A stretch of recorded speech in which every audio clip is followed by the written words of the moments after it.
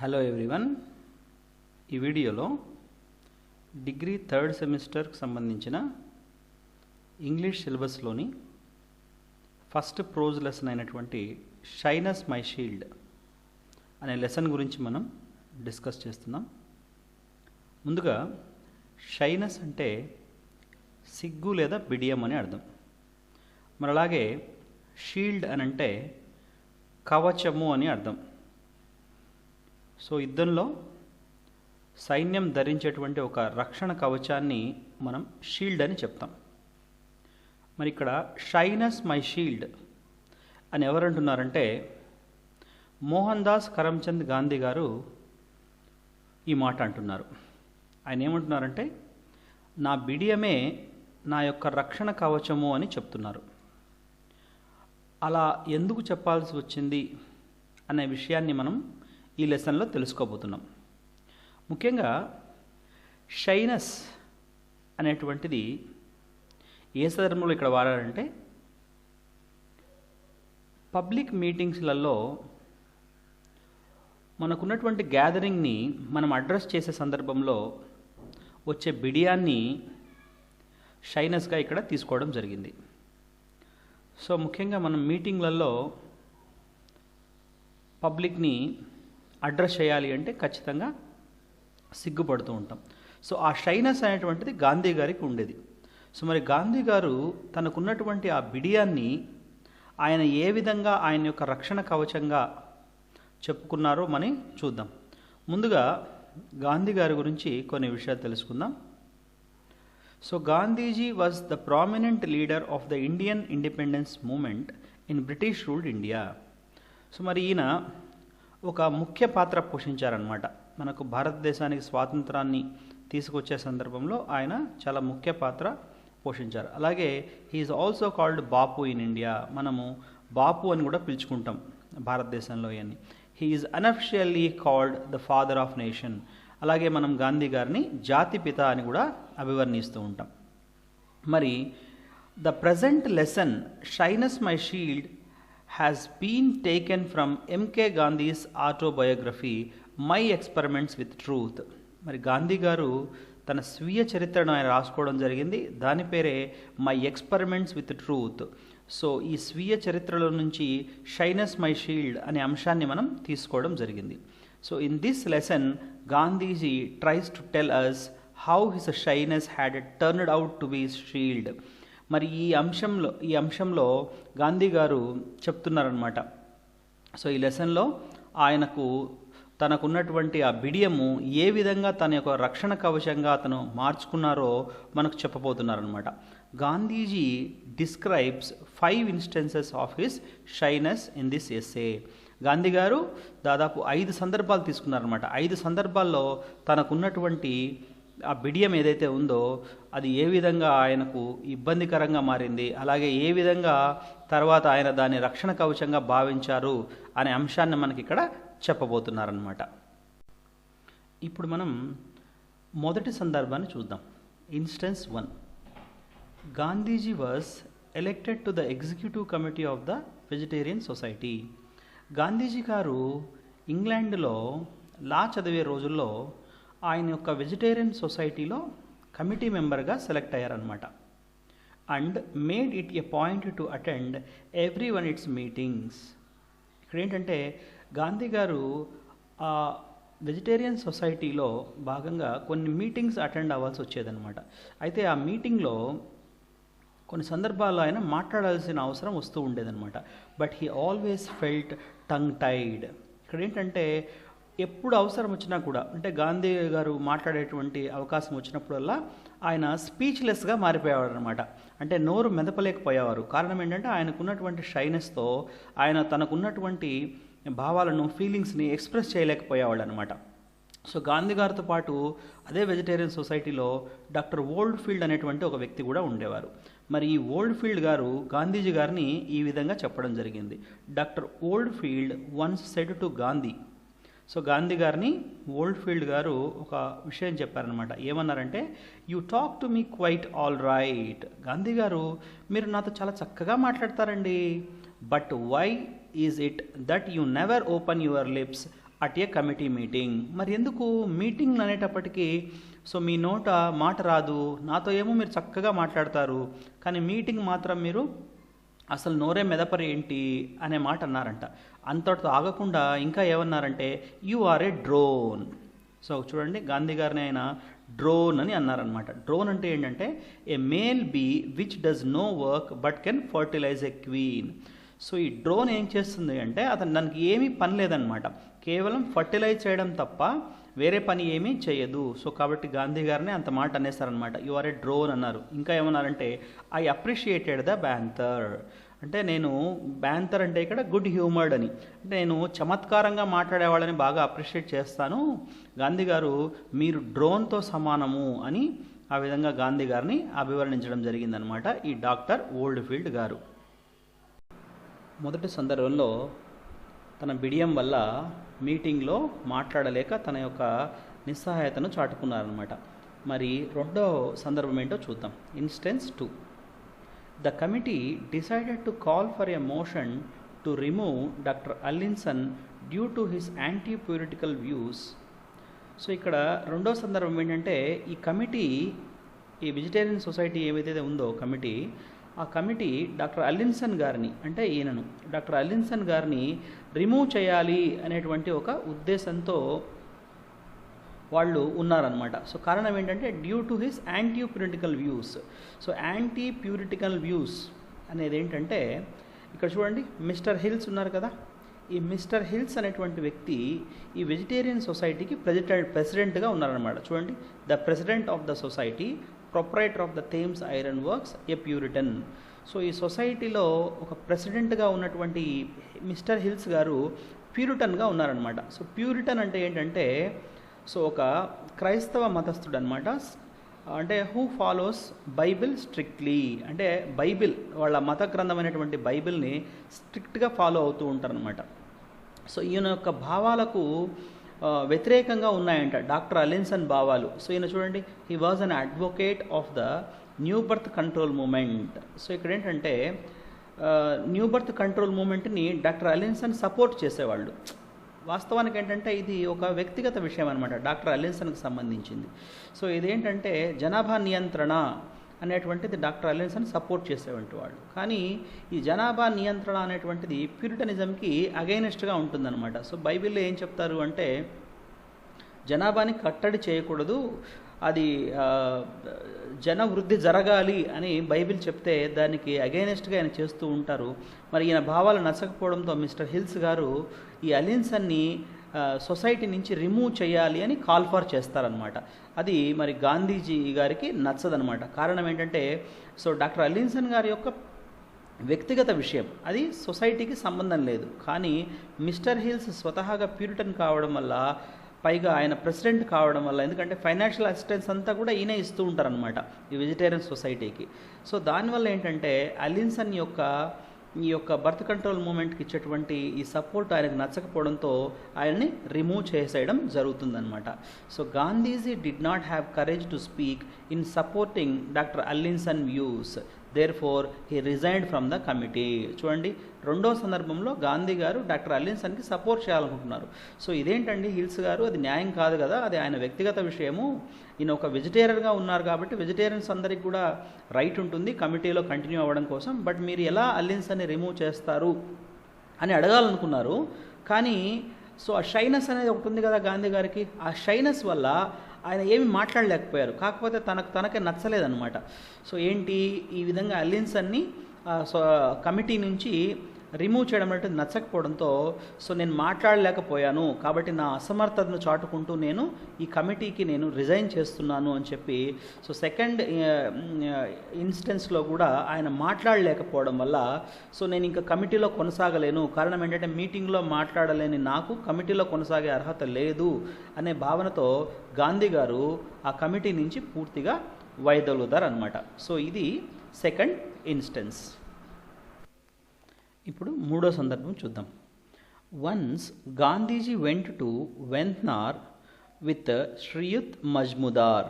ఇక్కడ చూడండి, గాంధీ గారు ఒకసారి మజ్ముదార్తో కలిసి వెంత్నార్ అనేటువంటి ఒక ప్రాంతానికి వెళ్ళారనమాట. సో ఇక్కడ వెంత్నార్ అంటే ఏంటంటే అదొక సీసైడ్ రిసార్ట్ అనమాట. సో సీసైడ్ రిసార్ట్తో ఎవరితో వెళ్ళారు? శ్రీయుత్ మజ్ముదార్కి వెళ్ళారనమాట. ఇక్కడ ఎస్జిటి అంటే శ్రీయుత్ అని మన హిందూ సాంప్రదాయం ప్రకారం మనము వయసులో పెద్దవాళ్ళని కానీ లేదా వ్యక్తిని గౌరవించాలంటే కానీ శ్రీ లేదా శ్రీమాన్ అని ఏ విధంగా చెప్తామో సో ఆ విధంగా శ్రీయుత్ అని చెప్పడం జరిగిందనమాట. There he met mister Howard. మరి అక్కడ గాంధీ గారు మిస్టర్ హవ్వార్డ్ అనేటువంటి ఒక వ్యక్తిని కలవడం జరిగిందనమాట. సో ఎవరు ఈ హవ్వార్డ్ అనేటువంటి వ్యక్తి? The author of the ethics of diet. So ఈయన ఎథిక్స్ ఆఫ్ డైట్ అనేటువంటి ఒక పుస్తకం రాశారు. ఆ పుస్తక రచయిత అయినటువంటి మిస్టర్ హవ్వార్డ్ని సో వెంతనార్ నగరంలో కలిశారనమాట, ఆ ప్రాంతంలో కలిశారు. So the author of the ethics of diet and he invited Gandhiji to speak at meeting for the promotion of vegetarianism. So ఈ హవ్వార్డ్ గారు గాంధీ గారు పరిచయం అవ్వగానే సో గాంధీ గారిని ఇన్వైట్ చేశారనమాట. సో గాంధీ గారు ఒక మీటింగ్ మనము కండక్ట్ చేస్తున్నాము, ఏంటి అంటే ఆ మీటింగ్లో సో వెజిటేరియనిజంని ప్రమోట్ చేయాలి, సో మీరైతే చక్కగా చెప్తారు కాబట్టి మీరు వచ్చి ఆ మీటింగ్లో మాట్లాడండి అని చెప్పేసి మిస్టర్ హవ్వార్డ్ గారు గాంధీజీ గారిని కోరడం జరిగిందనమాట. అయితే గాంధీ గారు ఆయన మాటని కాదనలేక ఆ మీటింగ్కి అయితే వెళ్తారు, కానీ ఆయనకు షైనెస్ ఉండడం వల్ల ఆ మీటింగ్లో కూడా మాట్లాడలేకపోవడంతో గాంధీ గారు ఏం చేస్తారంటే సో మాట్లాడకపోతే బాగుండదు కాబట్టి ఏదో ఒక విషయం మాట్లాడాలని చెప్పేసి పేపర్ మీద కొన్ని అంశాలు రాసుకుంటారనమాట, ఈ సందర్భంగా నేను మాట్లాడాలనేసి. కానీ ఆ షివరింగ్ వచ్చేస్తుంది, ఎందుకంటే షైనెస్ ఉండడం వల్ల గాంధీ గారు ఆ మీటింగ్లో మాట్లాడే ప్రయత్నం చేసినప్పటికీ కూడా మాట్లాడలేకపోవడంతో అది శ్రీయుత్ మజ్ముదార్ గారికి ఇచ్చి ఆ పేపర్ని చదవమని చెప్పడం జరుగుతుందన్నమాట. సో ఆ విధంగా గాంధీ గారు చాలా ఇబ్బందిగా ఫీల్ అవుతారనమాట. ఆయనకే కొంచెం ఇబ్బందిగా అనిపిస్తుంది. సో మళ్ళీ ఆ షైనెస్ వల్ల థర్డ్ ఇన్సిడెంట్లో కూడా ఆయన మాట్లాడలేకపోయారనమాట. సో ఈ విధంగా మూడో సందర్భంలో కూడా గాంధీజీ గారు తన షైనెస్ వల్ల ఆ మీటింగ్లో మాట్లాడలేకపోవడం జరిగింది. మరి నాలుగో సందర్భం చూద్దాం. In order to overcome his shyness as a part of his last effort to make a public speech in England, he invited his vegetarian friends to dinner in Holborn restaurant.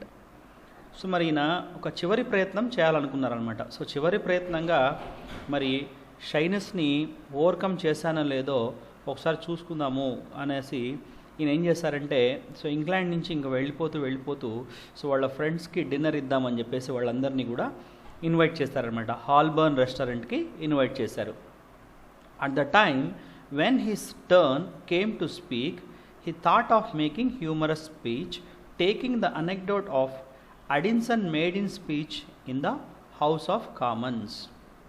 ఇక్కడ ఏంటంటే ఈయన ఏం చేశారంటే సరే ఈ లాస్ట్ ఎఫర్ట్లో నేను ఎలాగైనా మాట్లాడాలి, అయితే ఆ స్పీచ్ కూడా ఎలా ఉండాలి అంటే హ్యూమరస్గా ఉండాలి అని ఆయన అనుకున్నారనమాట.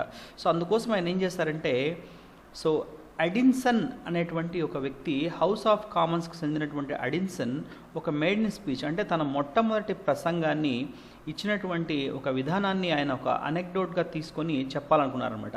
సో దీని నేపథ్యం ఏంటంటే అడిన్సన్ గారు తన స్పీచ్ని స్టార్ట్ చేస్తూ హౌస్ ఆఫ్ కామన్స్లో ఇలా మొదలు పెట్టారనమాట. ఏంటంటే ఐ కన్సీవ్ అని మొదలుపెట్టారు.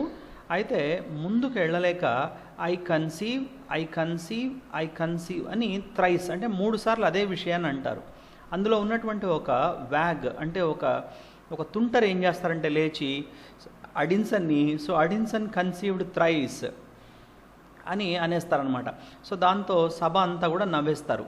ఆ ఇన్సిడెంట్ని తీసేసుకొని ఈ గాంధీ గారు అందుతో ప్రారంభించి ఒక హ్యూమరస్ స్పీచ్ చేయాలి అని అనుకుంటారు.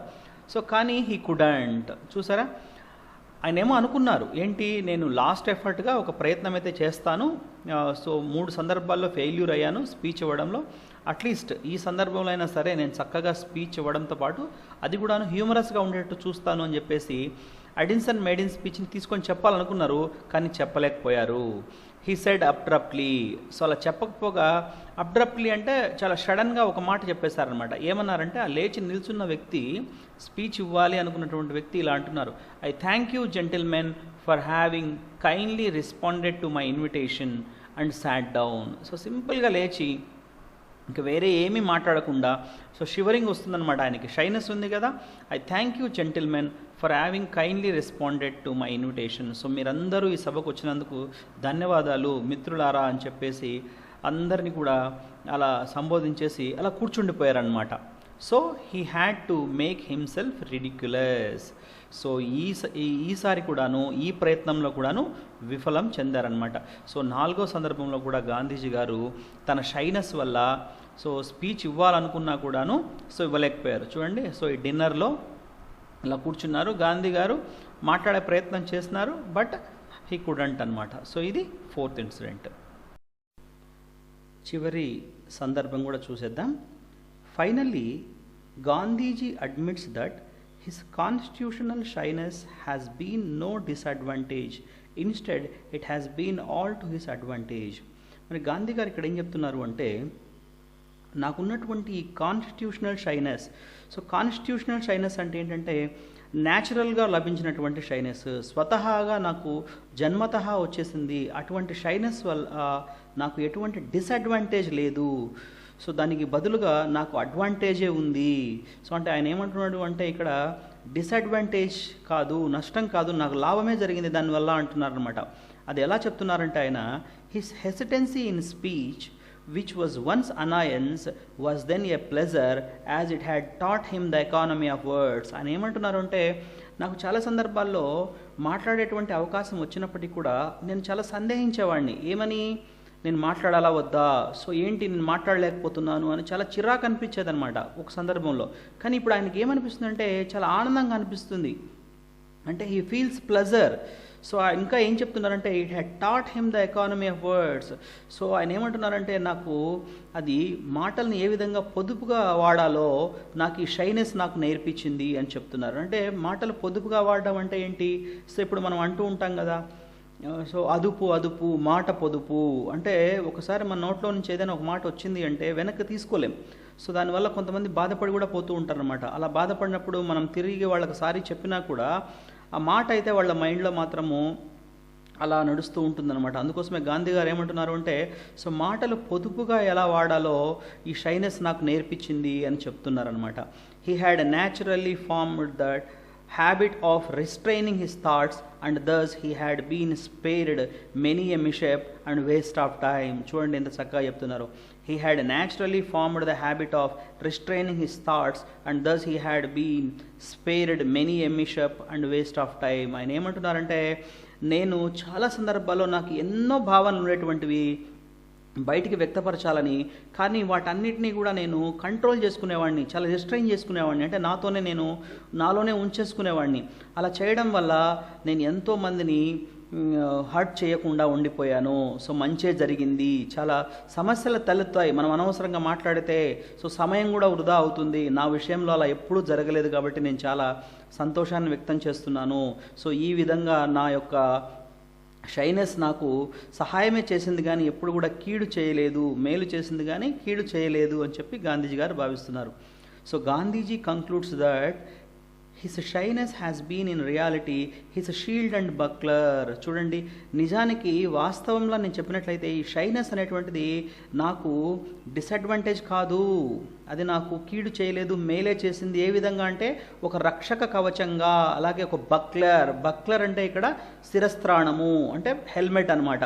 సో ఈ విధంగా సైనికులు యుద్ధంలో ధరించేటువంటి ఈ యొక్క షీల్డ్ మరియు బక్లరు, సో ఈ రెండు విధంగా షైనెస్ పనిచేసిందంట ఆయనకి.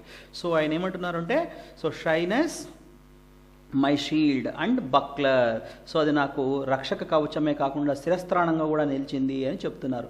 It has allowed him to grow.